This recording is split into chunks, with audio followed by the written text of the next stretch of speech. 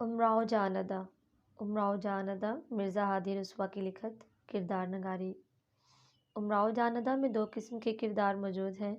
ایک تو بڑے کردار ہیں جو شروع سے آخر تک رہتے ہیں، اور دوسرے وہ قلیل عرصہ کے لیے جگنوں کی طرح چمکتے ہیں اور پھر غائب ہو جاتے ہیں۔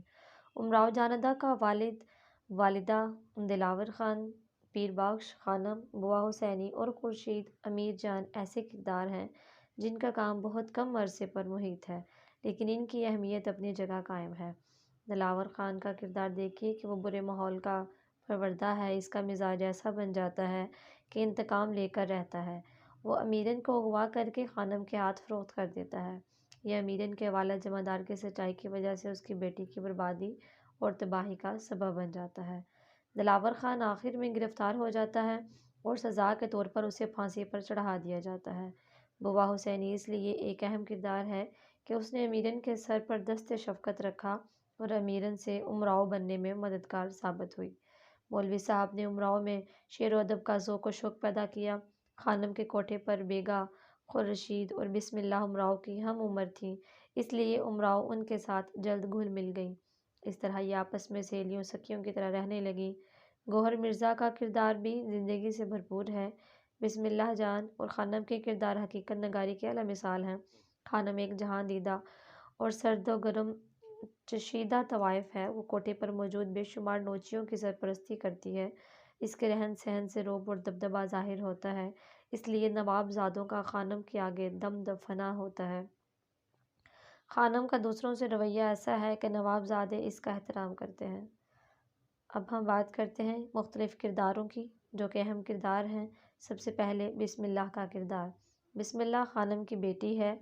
یہ بڑی نخرے والی طوائف ہے۔ امراؤ اور خورشید اس کی گرد کو نہیں پہنچتی۔ نواب چوبند سے جب مال و زر اور جائیداد چھن جاتا ہے تو یہ فوراً ماتھے پر آنکھیں رکھ لیتی ہے اور ایک دن بھی اس کی کلاش نواب کے ساتھ رہنا پسند نہیں کرتی۔ وہ اس کی توہین کرتی ہے تاکہ وہ دوبارہ اس سے نہ ملے۔ مرزا رسوا نے اس کے کردار میں طوائفوں جیسی بے رخی، طوطا چشمی اور بد لحاظی دکھائی ہے۔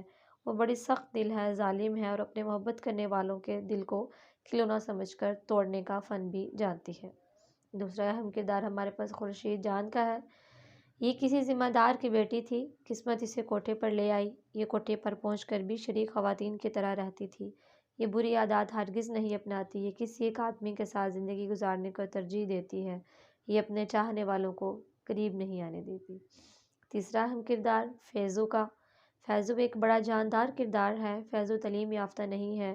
اس کی گفتگو لکھنوی آداب و اخلاق کے مطابق نہیں ہوتی، لیکن اس سے خلوص کی خوشبو آتی ہے۔ یہی وجہ ہے کہ امراؤ جیسی شائستہ و شستہ مزاج کی مالک طوائف اس سے متاثر ہو جاتی ہے۔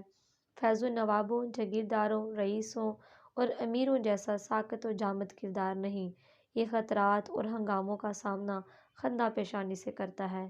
وہ مفلس ہے، روپیہ پیسہ کے حصول کے لیے جان جیسی قیمتی چیز کی چندہ پرواہ نہیں کرتا۔ روپے پیسے کو ہاتھ کی میل سمجھتا ہے اور نوابوں اور رئیسوں سے زیادہ خرچ کرتا ہے۔ اب آ گیا اہم کردار امراؤ۔ امراؤ ناول کی ہیروئن۔ امراؤ ناول کا سب سے اہم کردار ہے، بلکہ اسے ناول کی ہیروئن کہنا چاہیے۔ اس کی وجہ یہ ہے کہ امراؤ کے بغیر ناول کا کوئی حصہ مکمل نہیں ہوتا۔ یہ ناول کا آغاز بھی ہے اور انجام بھی۔ مراد یہ کہ ناول کا کوئی حصہ بھی پڑھ کر دیکھیے، اس کا امراؤ کے ساتھ کوئی نہ کوئی تعلق ضرور ہوگا۔ یہ امراؤ کی کہانی امراؤ کی زبانی ہے۔ یہ جگ بیتی ہوتے ہوئے بھی آپ بیتی ہے۔ ڈاکٹر میمونہ انصاری کہتی ہیں کہ امراؤ اوائل عمری میں لکھنؤ آئی اور یہاں کے تمدن کا ایک جزو بن گئی۔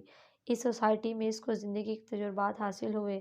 اس نے ایک پڑھی لکھی باسلیقہ طوائف کے نظر سے اس تمدن اور معاشرت کو دیکھا سمجھا اور رائے قائم کی۔ امراؤ جان کے پورے حصے میں ایک قسم کی فنی پختگی ہے اور لہجے میں ایک فطری شان ہے۔ امیرن کی بدقسمتی کا سورج اس وقت طلوع ہوتا ہے جب وہ اپنے ماں باپ کے گھر گڑیوں سے کھیلتی تھی۔ اس کے والدین نیک تھے۔ ایک بد کردار نے اپنی توہین کا بدلہ اس معصوم بچی کو اغوا کر کے لیا۔ جب امیرن کوٹھے پر پہنچ کر تعلیم و تربیت حاصل کرتی ہے تو اس کی شخصیت میں اس کی قدرتی ذہانت کی وجہ سے نکھار آ جاتا ہے۔ وہ شعر کہتی ہے اور شعر سمجھ لیتی ہے۔ اس ذہانت کی بدولت اس کی قدر و منزلت میں اضافہ ہو گیا۔ وہ بڑے بڑے نواب اس پر فریفتہ ہونے لگے۔ حضر کے زمانے میں جب وہ لکھنؤ سے فیض آباد آئی تو ایک مجرے کی دعوت آئی۔ یہ مجرا کرنے کے لیے جس جگہ پہنچی وہاں املی کے درخت کو دیکھتے ہی الٹے قدموں اپنے بچپن میں لوٹ گئی۔ یہ اس کے بچپن کا گھر تھا۔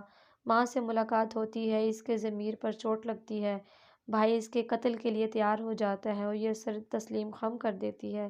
اس کی وجہ یہ تھی کہ امراؤ اصل میں امیرن تھی۔ حالت کے جبر نے اسے طوائف بنا دیا۔ اسے اپنی زندگی سے گھن آنے لگی۔ یہ حالت اور کیفیت مستقل نہیں تھی۔ بھائی نے اسے چھوڑ دیا اور اس کی اپنی زندگی پہلے والی ڈگر پر آ گئی۔ مرزا رسوا نے امراؤ کا کردار پینٹ کرنے میں بڑی محنت اور عرقریزی کی ہے۔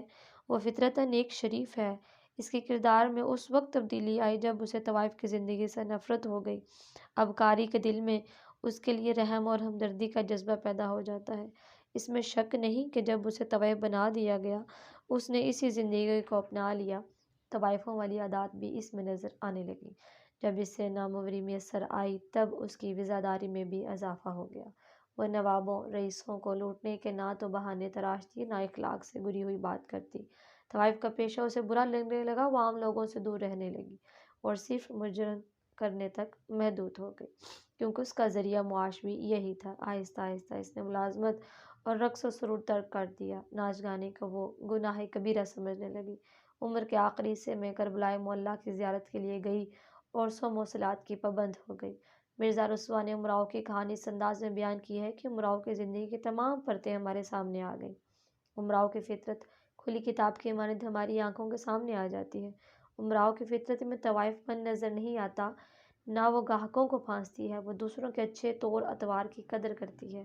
امراؤ کا کردار ماورائی کی طرح نہیں، یہ تو اپنے معاشرے کا زندہ چلتا پھرتا اور سانس لیتا کردار ہے۔